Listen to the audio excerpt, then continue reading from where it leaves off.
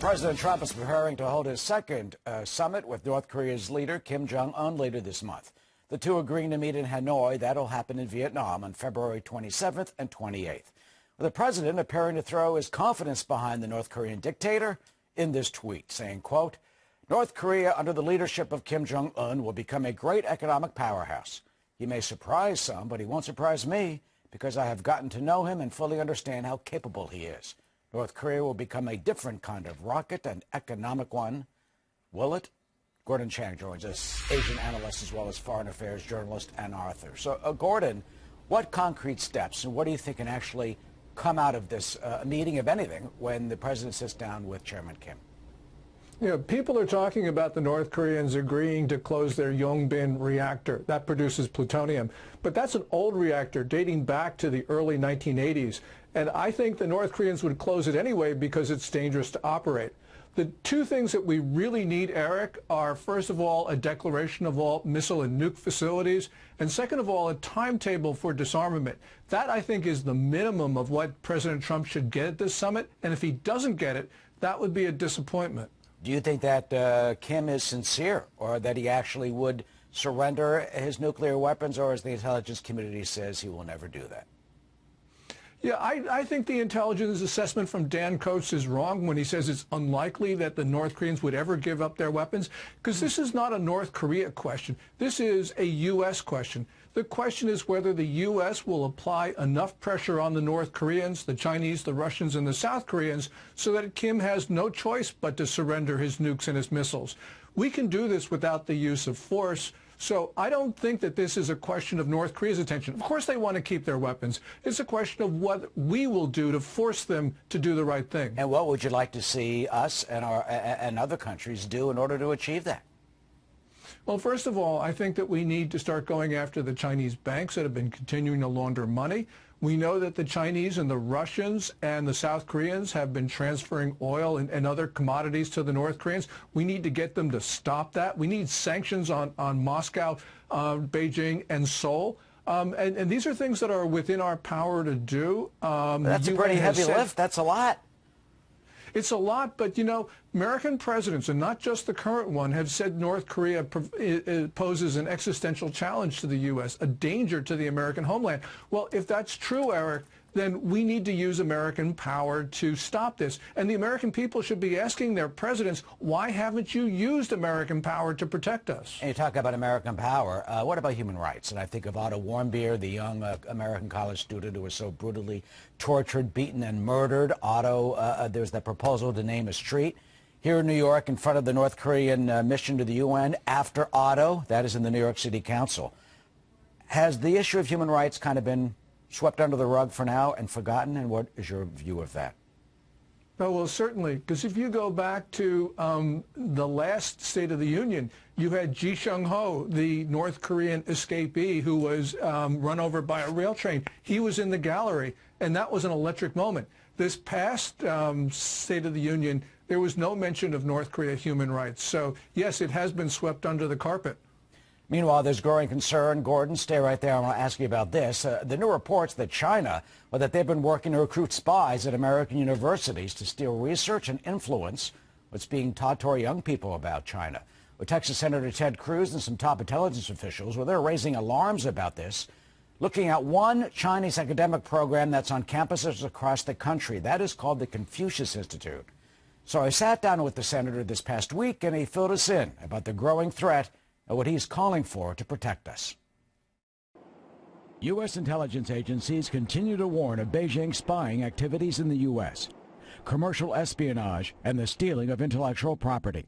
The Chinese counterintelligence threat is more deep, more diverse, more vexing, more challenging, more comprehensive, and more concerning than any counterintelligence threat I can think of. A report from the Director of National Intelligence is blunt. Quote, China's intelligence services will exploit the openness of American society, especially academia and the scientific community. And now lawmakers are focused on new allegations of China's attempts to influence American academia. It is widespread and it's dangerous, and this is legislation designed to stop that. Senator from Texas. Texas Senator Ted Cruz is reintroducing legislation from last year called the Stop Higher Education Espionage and Theft Act. Too many universities, I think, are gullible, are not realizing the magnitude of this threat. This is a concerted, organized, systematic threat to undermine our universities and undermine our economy, and we need to be serious combating it. Several current and former Chinese students have been convicted in U.S. courts for espionage. Just recently, Jai Cha-Quin, who had studied electrical engineering at the Illinois Institute of Technology, was arrested and accused of working for Chinese intelligence to recruit spies. He is awaiting trial.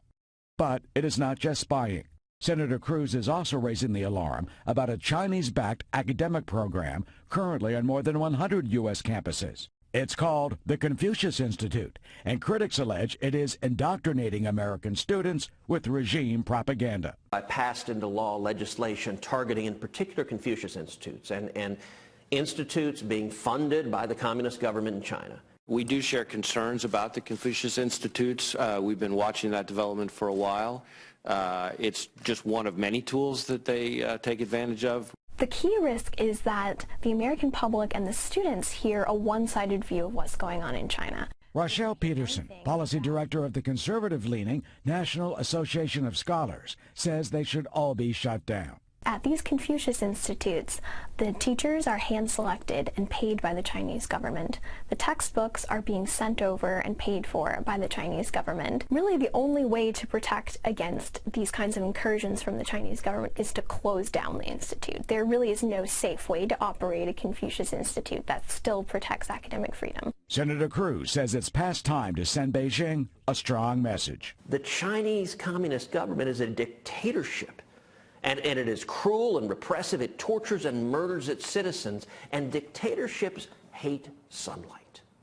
They hate truth. You know, we're sitting here in my Senate office.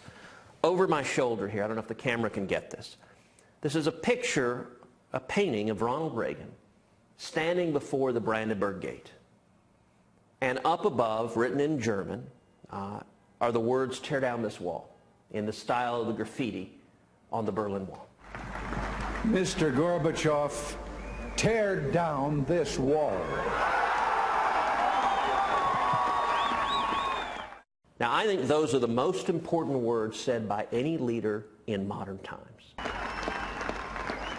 That's what the Chinese government fears.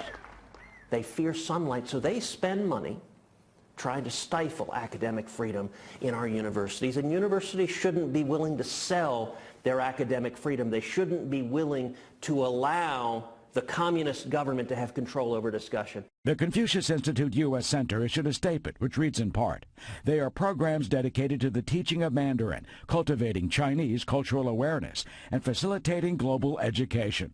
The programs do not teach history, politics, or current affairs. The courses are managed and supervised by U.S. universities, which also decide the content, instructors, and textbooks." Despite that defense, Peterson has reservations. The American people need to know that what they're hearing about China may not be true. It may be influenced by the Chinese government's PR campaign, and even from the halls of academia, which are supposed to be trustworthy and respected, it may even be happening there.